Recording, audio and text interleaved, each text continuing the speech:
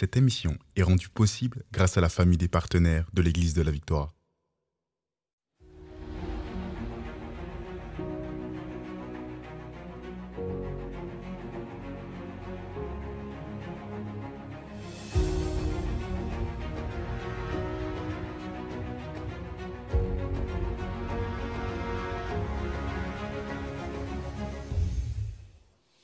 Bonjour tout le monde et bienvenue à l'émission Parole de foi. Ici le pasteur Joël Spinks. Quelle joie d'être là avec vous aujourd'hui pour répondre à la question biblique. Pourquoi la guérison tarde à se manifester? C'est une très bonne question. Hier, on a commencé à décortiquer la question et on va poursuivre aujourd'hui dans cette émission, l'émission Parole de foi. Vraiment, je crois que ça va être un temps merveilleux dans la parole de Dieu. Et comme toujours, je vais vous encourager à aller chercher un stylo, un carnet pour prendre des notes, pour prendre des références bibliques en notes parce que c'est la parole de Dieu qui va faire une différence dans votre vie. Ce n'est pas l'opinion de l'homme, ce n'est pas des opinions de tradition. Des fois, dans nos églises, on a beaucoup d'explications, beaucoup d'opinions. Moi, je pense ceci, je pense cela, mais ce qui compte vraiment, c'est la parole de Dieu. Donc, je veux vous encourager vraiment, allez vous équiper avec un carnet et un stylo, prenez en note des versets et on va voir ensemble ce que la parole de Dieu veut nous révéler. Hier, ce qu'on a vu Proverbe 26 au verset 2. Je vais reprendre ce texte, Proverbe 26 au verset 2, qui nous parle justement des causes de malédiction. Ce texte nous dit « Comme l'oiseau s'échappe, comme l'hirondelle s'envole, ainsi la malédiction sans cause n'a point d'effet. » Donc, s'il n'y a pas une cause, même si la malédiction essaie de s'attacher à vous, elle ne pourra pas s'attacher à vous parce qu'il n'y a pas de cause. Mais lorsque la malédiction qui règne dans le monde, lorsque cette malédiction s'attache à vous, il y a une cause, il y a une raison. Donc, encore une fois, le Proverbe 26, verset 2, « Comme l'oiseau s'échappe, comme l'hirondelle s'envole, ainsi, la malédiction sans cause n'a point d'effet. » Donc, quand la malédiction se manifeste, il y a toujours une cause.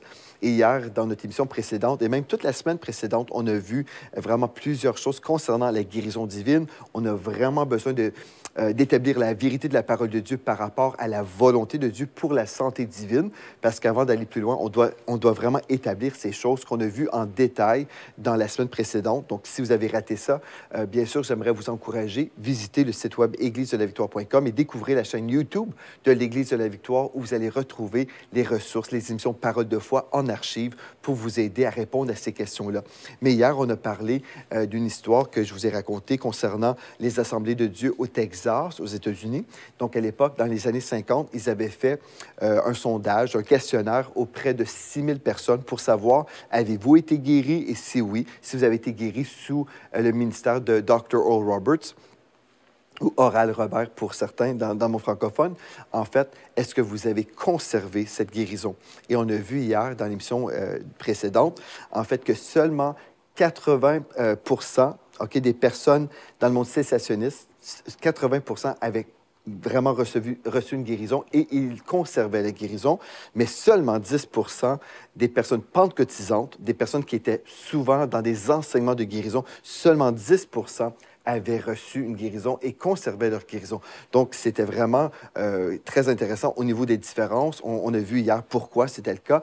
Il y a toujours des causes. Et une des causes, c'est, en fait, on a besoin de développer notre foi dans la parole de Dieu qu'on a déjà entendue et on a pris le temps de voir ça hier. Aujourd'hui, on va examiner une liste non exhaustive concernant les raisons potentielles pour lesquelles la guérison tarde. OK? Donc, on va voir plusieurs raisons et on va voir ensemble que, en fait, une chose très importante avant d'aller plus loin, ce n'est pas une question de tout savoir intellectuellement qui va faire une différence. Des fois, on est là et on veut encourager quelqu'un qui a vécu une perte, okay? Quelqu'un qui a vécu une perte ou une personne qui est dans un combat par rapport à la maladie. Et on croit qu'en arrivant avec toutes nos explications théologiques, on va être une source d'encouragement pour la personne. Et au final, c'est le contraire. En fait, lorsqu'une personne souffre, même si aujourd'hui on va voir plusieurs choses et on va prendre le temps de voir des raisons qui existent, des raisons qui sont vraiment légitimes dans le sens qui ouvrent vraiment des portes au royaume des ténèbres. On va voir des choses qui sont là, Mais quand une personne est dans le milieu d'une crise, j'aimerais vous dire, frères et sœurs, n'arrivez pas avec vos grands sabots, n'arrivez pas avec toute votre connaissance et ne prétendez pas tout savoir et dire, ah ben, je sais pourquoi toi tu vis telle maladie ou je sais pourquoi telle personne ne guérit pas. N'arrivez pas dans l'orgueil et dans l'arrogance, mais soyez revêtus d'humilité, ayez les sentiments qui étaient en Jésus-Christ, vraiment des sentiments d'humilité, soyez humbles, ne prétendez pas tout savoir. Mais plus tard, quand la personne a reçu une consolation de la part de Dieu, oui, vous pouvez commencer à expliquer des choses et dire, voilà, il y a tellement de possibilités ou de raisons potentielles. Et on peut dire, voilà, il y a des choses qu'on peut découvrir, qu'on peut apprendre. Mais la première chose que la personne a besoin de vivre lorsqu'elle a vécu une défaite, par exemple, elle a besoin de savoir que Dieu l'aime, que Dieu n'est pas fautif, que Dieu n'est pas l'auteur de la maladie, que Dieu n'est pas celui qui vient détruire, mais c'est le voleur qui vient nous voler, nous égorger et nous détruire. Mais Jésus est venu pour nous donner la vie et la vie en abondance. Donc la personne, elle est peut-être dans une colère. Lorsqu'elle vit une défaite, elle est peut-être en colère contre Dieu, pensant que c'est Dieu qui a fait la chose, que Dieu a permis telle ou telle chose. Donc ce que vous avez besoin de faire, c'est être un agent du royaume de Dieu, une personne qui est là pour dire la vérité. Dieu n'est pas l'auteur de votre malheur. Dieu est celui qui vous aime. C'est le diable qui vient contre vous. Mais le Seigneur Jésus était ému de compassion pour les gens dans la souffrance. Pareillement, Jésus est ému de compassion pour vous dans votre situation. Il vous aime, il veut prendre soin de vous, il veut vous consoler. Et là, comme la personne reçoit de Dieu des consolations, bien, plus tard, quand ce sera le temps, vous pourrez enseigner la personne sur des vérités qu'on va voir ensemble aujourd'hui et dans les émissions à venir. Parce que des fois, on pense, bien, l'explication va venir résoudre les problèmes. Ce n'est pas la connaissance de la vérité qui va forcément consoler la personne. La personne a besoin, premièrement, d'accueillir la vérité que Dieu l'aime. Et lorsqu'elle sait que Dieu l'aime, que Dieu ne l'a pas abandonné, que Dieu est présent et rempli de compassion, cette personne peut ensuite s'exposer à la vérité de la parole de Dieu et peut-être découvrir, ah, c'est pour telle raison que je n'ai pas reçu le miracle. C'est pour ça, OK, je comprends, Dieu n'était pas fautif. Mais pour recevoir l'explication plus tard, la personne doit premièrement être un bon terrain spirituel pour recevoir les consolations qui viennent du Saint-Esprit. Donc, est-ce que ça fait du sens? J'espère que ça fait du sens. Je voulais le dire au départ parce que plusieurs chrétiens arrivent des fois avec toute leur connaissance et puis au final, ce n'est pas du tout une bénédiction pour les gens qui vivent des souffrances. Donc, on va prier. On va laisser le Saint-Esprit nous éclairer aujourd'hui. Amen. On va recevoir de l'Esprit de Dieu sa révélation et on va grandir. Père éternel, on te dit merci pour cette émission de télévision. On te rend grâce, Seigneur, pour toutes les personnes connectées, que ce soit sur Internet ou à la télévision, dans les nations, à la radio. Seigneur, on te rend grâce, Seigneur Dieu, pour ce moment qu'on peut avoir dans ta parole. On te remercie pour la présence du Saint-Esprit qui est avec nous. On te remercie parce qu'on reçoit un esprit de révélation. On avance, on voit clairement, Seigneur Dieu, on reçoit la vérité biblique. Alléluia. Et nous déclarons que nous allons de gloire en gloire. Nous déclarons que nous recevons la guérison pour nous-mêmes et nous devenons des agents de guérison. Nous sortons de la tradition des hommes et on va épouser la vérité qui vient de Christ, qui est Christ. Alléluia, on te remercie parce que cette émission, elle est déjà bénie dans le nom de Jésus. Et le peuple de Dieu peut dire Amen et Amen. Alléluia. Donc, on va commencer notre liste maintenant. Notre liste non exhaustive des raisons potentielles qui pourraient nous aider à comprendre pourquoi la guérison tarde. La première chose, certainement, c'est parce que je ne connais pas la volonté de Dieu. Des fois, il y a des gens qui vont dire, ah bien, je connais telle personne qui est malade, on va prier. Seigneur, guéris mon frère, par exemple. Guéris mon frère, si c'est ta volonté. OK. Là, vous allez dire, bien, Pasteur Joël, bien, c'est bien de prier comme ça. Si c'est la volonté de Dieu, si Dieu ne veut pas, bien, Dieu ne guérira pas. En fait, la parole est très, très claire. Dieu ne veut pas qu'aucun périsse, mais que tous parviennent au salut, que tous parviennent à la repentance. Jésus a payé le prix pour le salut de tous les hommes, comme on a déjà vu dans les émissions précédentes. Le salut, ce n'est pas juste le pardon des péchés, mais le salut, c'est le pardon des péchés, la guérison des corps malades et la provision qui nous vient de Dieu.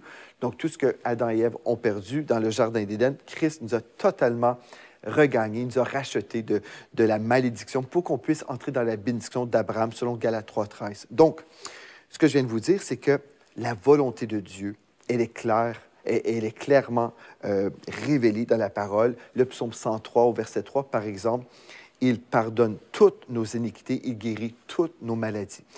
Pourquoi? C'est parce que le pardon des péchés et la guérison des maladies, ça fait partie du même forfait du salut. C'est le même forfait. Les hommes ont souvent séparé le forfait. OK, la portion spirituelle, le pardon des péchés, mais pas l'aspect physique. Non, Dieu n'est pas concerné par le physique. Et les finances, la provision, non, Dieu n'est pas concerné par la provision. En fait, ça, c'est les hommes qui ont tout décortiqué comme ça. Mais le salut, c'est la délivrance de toutes les œuvres du diable. Et Jésus nous a rachetés complètement, pleinement, entièrement. Quand une personne était dans la boue du péché, dans la maladie, dans la pauvreté, quand Christ est venu, il a sorti la personne de cette boue totalement. Il a totalement lavé, totalement guéri, totalement pourvu. Il a pris soin de la personne qui était perdue. Et c'est ça que Jésus fait. Et si vous étiez le sauveur du monde, est-ce que vous seriez intéressé de simplement dire « Vos péchés sont pardonnés, mais restez dans la boue de la maladie et dans le manque et dans la précarité ». Est-ce que ça serait votre désir? Non, ça ne serait pas votre désir et vous êtes simplement un être humain. Bien, Dieu, le Créateur, notre Père éternel, qui nous aime avec un amour éternel, il est même supérieur à nous en valeur, il est supérieur à nous dans ses convictions et il veut sauver les perdus. Donc, la première raison qu'on peut adresser aujourd'hui, c'est que je ne connais pas la volonté de Dieu. Si je ne sais pas que Dieu veut que je sois guéri, je peux passer à côté de la guérison et vivre dans la maladie, m'imaginant en fait que c'est la volonté de Dieu que je sois malade. Je ne prierai jamais si c'est ta volonté, Seigneur, guéris-moi ou guéris mon frère, si c'est ta volonté. Je ne prierai jamais comme ça parce que je connais la volonté de Dieu qui a été explicitement déclarée dans la parole. Je vous ai déjà cité le psaume 103, verset 3. Mais on ne priera pas comme ça. Je ne prierai jamais. Oh, s'il te plaît, Seigneur, sauve mon enfant de ses péchés, si c'est ta volonté. Pourquoi? Parce que la Bible nous montre que Dieu a tant aimé le monde qu'il a donné son Fils unique afin que quiconque croit en lui ne périsse point, mais qu'il ait la vie éternelle. Jean 3,16, on connaît tous ce verset. Je n'ai pas besoin de supplier Dieu de pardonner mon prochain ou de pardonner une personne qui est dans le péché. Je vais juste prier pour son salut, pour la révélation de Jésus-Christ. Mais je ne vais pas dire, « Oh Seigneur, révèle-toi à mon frère si c'est ta volonté. » Dieu nous a révélé sa volonté dans la parole. Donc, ce que j'ai besoin de faire, c'est de revenir à la parole de Dieu et ne pas déterminer ma foi selon l'opinion des gens, selon les traditions qui règnent dans notre monde chrétien. Plusieurs chrétiens vont dire, « Ah oui, mais fais attention, ce n'est pas toujours la volonté de Dieu de guérir. Ce n'est pas toujours la volonté de Dieu parce que j'ai prié pour telle personne et elle n'a pas reçu la guérison. Elle n'a pas été guérie. Ou Dieu ne l'a pas guérie. La personne va dire ça comme ça. Dieu n'a pas guéri, donc je vais bâtir ma foi sur l'expérience humaine plutôt que la parole de Dieu. Et il y a une foule de chrétiens comme ça aujourd'hui. Ils vont bâtir leur foi à partir de la réception des hommes plutôt que la révélation de la parole de Dieu. Mais nous, c'est pas comme ça que ça va se passer. Amen. On va bâtir notre foi à partir de la vérité de la parole de Dieu. Gloire à Dieu, gloire à Dieu. Donc, Osée, chapitre 4, au verset 6, nous dit ceci. « Mon peuple est détruit parce qu'il lui manque la connaissance. » La connaissance de quoi? La connaissance de la parole de Dieu. Donc, mon peuple périt faute de connaissance. Osée 4, 6. Donc, si je ne veux pas périr, j'ai besoin de m'exposer à la parole de Dieu. J'ai besoin de recevoir, accueillir la parole de Dieu et laisser la parole de Dieu chasser la parole de l'homme, les traditions humaines, tout ce qui vient me perturber, tout ce qui vient me limiter. Si, par exemple, en parlant avec quelqu'un, cette personne me décourage au niveau de ma foi. « Oh non, tu ne peux pas recevoir la guérison » ou « Dieu ne guérit pas tous » et des choses semblables. Bien, si ce que j'entends me démotive, diminue mon niveau de foi, j'ai besoin de faire attention à ce que j'entends parce que la foi vient de ce qu'on entend et ce qu'on entend vient de la parole de Christ, mais le doute vient de ce qu'on entend également et elle ne vient pas de la parole de Christ ou d'onction, mais elle vient de la parole de l'homme, la parole de doute, la parole d'incrédulité, la parole du diable en fait. Donc, je ne veux pas me contaminer spirituellement par des paroles de tradition, des paroles humaines, des paroles de mensonges. Je veux croire la vérité de la parole de Dieu. Et gloire à Dieu, on s'expose à la parole et c'est comme ça qu'on peut avoir une foi forte. Mais la volonté de Dieu, elle est découverte dans la parole de Dieu. Si je dis, je ne connais pas la volonté de Dieu, bien, il faut ouvrir ce livre merveilleux, la parole de Dieu, et c'est alors que Dieu va nous révéler sa parole. Donc, mon peuple est détruit parce qu'il lui manque la connaissance. Proverbe chapitre 4 au verset 20 maintenant. Proverbe 4 au verset 20, nous lisons, « Mon fils, sois attentif à mes paroles, Prête l'oreille à mes discours, qu'ils ne s'éloignent pas de tes yeux. Garde-les, garde-les dans le fond de ton cœur, car c'est la vie pour ceux qui les trouvent. Qu'est-ce qu'est la vie? La parole. La parole est la vie pour ceux qui les trouvent, ou les paroles, c'est la santé pour tout leur corps. Donc, j'ai besoin d'écouter la parole de Dieu, l'entendre, la laisser descendre dans mon cœur. Lorsqu'elle descend dans mon cœur, qu'est-ce qui va se produire? La bouche parle de l'abondance du cœur. Donc, je vais m'accorder avec ce que j'ai entendu. Je vais m'accorder avec la vérité de la parole de Dieu. Et la mort et la vie sont au pouvoir de la langue. Donc, je vais déclarer la vie. Alléluia. Et je vais relâcher la vie de Dieu dans ma vie par la déclaration de la parole de Dieu, en confessant de ma bouche le Seigneur Jésus. Alléluia. Donc, mon fils, sois attentif à mes paroles. Prête l'oreille à mes discours, qu'ils ne s'éloignent pas de tes yeux. Garde-les.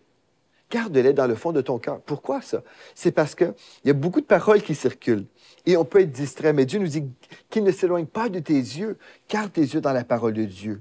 Garde-les dans le fond de ton cœur. Ce que tu reçois, il faut que tu gardes cette parole. Ne laisse pas le diable te voler la semence de cette parole, parce que cette semence, elle est incorruptible. C'est une semence de la vie de Dieu qui est en vous lorsque j'accueille la parole de Dieu, la parole de foi concernant la guérison divine. Cette parole, elle va produire la vie en vous, mais vous devez la garder. Le diable veut vous voler. Le diable ne vient que pour voler, égorger et détruire. Il veut voler cette semence par des porte-paroles de mensonges. Car c'est la vie pour ceux qui les trouvent. Donc, je trouve la parole, je trouve la vérité. Alléluia. C'est la santé pour tout leur corps. Donc, quand j'entends la parole, je conserve cette parole. Bien, cette parole va se manifester dans mon corps. Alléluia. Je vais apprendre à résister au diable et fuir à loin de moi. Tout comme ma femme qui a été guérie d'une maladie incurable. Bien, cette parole a produit la santé dans son corps. Alléluia. Gloire à Dieu. Et en passant, si vous dites, mais comment faire pour garder la parole dans mon cœur? J'ai tellement de personnes dans mon entourage qui me découragent. En passant, frères et sœurs, ici à l'Église de la Victoire, nous avons démarré une chaîne YouTube, en fait, une chaîne YouTube qui s'appelle Guérison TV. Vous allez sur YouTube, tapez Guérison TV. Vous allez retrouver les lives de guérison qu'on produit tous les mercredis ici sur la chaîne YouTube de l'Église de la Victoire et sur Évangile TV. Vous pourrez découvrir les lives de guérison, donc plein d'extraits de nos lives de guérison sur Guérison TV. Et aussi, vous pourrez entendre l'enregistrement qui s'appelle « Vent de guérison ». Mon épouse prend le temps, elle lit plusieurs versets de la parole de Dieu concernant la guérison et à la toute fin, elle prie la prière de la foi pour votre guérison dans le nom de Jésus. Et nous avons reçu tellement de témoignages de guérison, des tumeurs de cancer qui sont disparues lorsque ma femme priait pour des personnes. Tellement de guérison à travers les années. Nous avons eu beaucoup de témoignages. Elle a enregistré la première version en 2008 et récemment, en 2024, elle a refait une nouvelle version que je trouve est encore plus glorieuse. Alléluia, mais tout ça, c'est disponible gratuitement. Vous allez sur Guérison TV, sur YouTube, et exposez-vous à la parole de Dieu. Et même pour nos moments de prière, on veut juste une musique. Même, nous avons la version musicale, instrumentale, sans verset, mais juste baigné dans l'onction de guérison. Tout ça, c'est disponible gratuitement sur YouTube. Donc, vous pouvez vous abonner aussi. Je ne pensais pas de vous en parler, mais ce texte me fait penser justement que c'est important de s'exposer constamment à la parole de Dieu pour non seulement connaître la volonté de Dieu, mais pour ensuite s'accorder avec la volonté de Dieu pour notre vie. 1 Pierre, chapitre 5, au verset 8, nous dit ceci: « Soyez sobres, veillez. Votre adversaire, le diable, rôde comme un lion rugissant, cherchant qui il dévorera. » Donc, on a besoin de connaître ce que Dieu a dit, parce que mon peuple périt faute de connaissance, parce qu'il lui manque la connaissance. Une fois que j'ai découvert la volonté de Dieu, j'ai besoin de m'accorder et je dois veiller aussi. Je dois veiller parce que notre adversaire, il rôde. Maintenant, vous allez dire, mais comment faire pour discerner l'adversaire? En fait, l'adversaire peut se manifester dans la vie de vos proches même. Malheureusement, on peut avoir des personnes qui sont ancrées dans la religion, ancrées dans les traditions humaines plutôt que la parole de Dieu. Donc, au lieu de prêcher la parole de Dieu, ils vont prêcher la parole de l'homme. Ils vont prêcher des discours qui sont contraires aux Saintes Écritures. Ils peuvent arriver et dire, « Ah, mais Dieu ne te guérira jamais. Oh non, c'est trop dur pour Dieu. » Ou ta situation, elle est trop désespérée, c'est trop tard pour toi. Et les gens peuvent dire des choses semblables. Et d'autres personnes, j'ai déjà vu une personne qui allait à l'église qui m'a dit, « Mais tu donnes de faux espoirs aux gens. Laisse telle personne tranquille, il ne faut pas lui donner de l'espoir. Elle va mourir, je le déclare, elle va mourir. » Et puis, j'ai dit à cette personne, j'ai dit, « Je m'excuse, je suis chrétien. Ma femme et moi, nous sommes chrétiens et nous croyons dans le Dieu des miracles.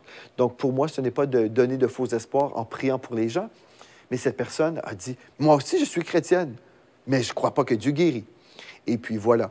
Donc, faites attention. Donc, ce texte nous dit, dans 1 Pierre 5,8, « Soyez sobres, veillez. Votre adversaire, le diable, rôde comme un lion rugissant, cherchant qui il dévorera. » Donc, je dois connaître la volonté de Dieu. Ça, c'est la première raison pour laquelle on peut demeurer dans la maladie, même si Dieu a envoyé son Fils Jésus mourir sur la croix pour payer la dette de nos péchés et aussi pour nous libérer de la maladie, pour nous libérer de la malédiction. Et la maladie fait partie de la malédiction. Ça, c'est clair selon Deutéronome 28. Maintenant, la deuxième chose, deuxième raison, je ne crois pas la parole de Dieu. Donc, c'est soit que je ne connais pas la parole de Dieu ou je ne connais pas la parole de Dieu.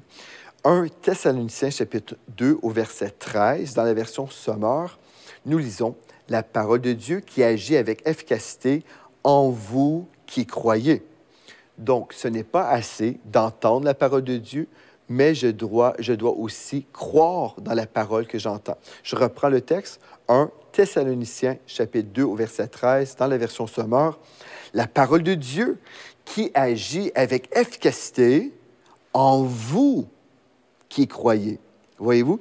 Donc, j'ai besoin de croire la parole que j'ai entendue. Il y a beaucoup d'auditeurs oublieux, beaucoup de personnes qui vont dans nos églises. Ils entendent beaucoup de discours. « Ah oui, j'entends. » Mais est-ce que j'ai relâché ma foi? Est-ce que ma foi a capté cette promesse? Est-ce que j'ai dit, cette parole, elle est pour moi, je la reçois, je crois dans cette parole?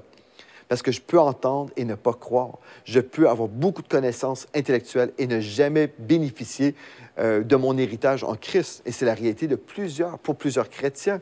On entend beaucoup de choses, on connaît beaucoup de choses dans notre tête, mais pas dans notre expérience. La parole de Dieu n'a pas été écrite juste pour notre divertissement, pour qu'on dise « Ah, ben voilà, il y a beaucoup de choses intéressantes dans ce livre. » Mais Dieu veut qu'on soit béni dans notre lecture, mais qu'on puisse aussi être béni dans notre expérience humaine, sur la terre.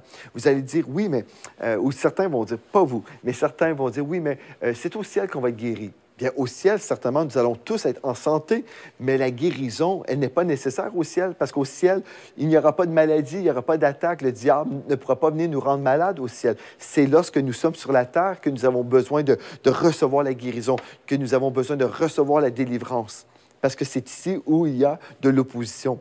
Donc, la parole de Dieu qui agit avec efficacité en vous qui croyez. Dans Hébreux 4, verset 2 maintenant, le texte nous dit, « Nous avons reçu la parole de Dieu tout comme eux, tout comme ceux qui étaient dans le désert. » Donc, on parle ici du peuple d'Israël, ce peuple qui a tourné 40 ans dans le désert. « Or, ils ont entendu ce message sans aucun profit. » Ils ont entendu ce message sans aucun profit, car lorsqu'ils l'entendirent, ils ne le reçurent pas avec foi. Voyez-vous, c'est la situation de plusieurs chrétiens. On entend, mais on ne reçoit pas avec foi. Et c'est la foi qui va faire toute la différence. Donc, une des raisons pour laquelle certains ne reçoivent pas leur guérison, c'est qu'ils ne croient pas la parole de Dieu par rapport au premier point, c'est-à-dire la guérison est la volonté de Dieu. Si je ne crois pas que la guérison est la volonté de Dieu, comment puis-je relâcher ma foi pour recevoir la guérison? Je ne peux pas recevoir la guérison quand je crois que c'est Dieu qui me rend malade, par exemple, ou que Dieu permet ceci et Dieu permet cela.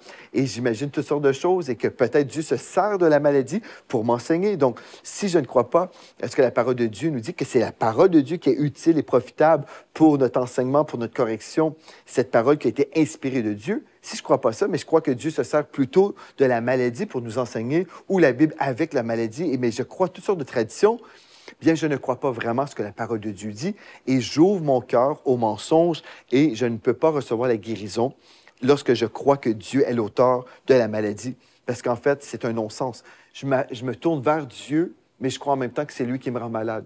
Je veux être délivré, mais je crois que c'est lui qui vient m'enchaîner. Donc, Matthieu 15, verset 6 nous dit ceci. Vous annulez ainsi la parole de Dieu au profit de votre tradition. Donc ça, c'est vraiment très, très clair dans la parole de Dieu. Je ne crois pas à la parole de Dieu, donc je ne peux pas recevoir les bénéfices de la parole de Dieu. Donc aujourd'hui, on a vu 2 raisons seulement, mais il y en a plusieurs et on va poursuivre dans cette étude bénie concernant pourquoi la guérison tarde dans la vie de certains.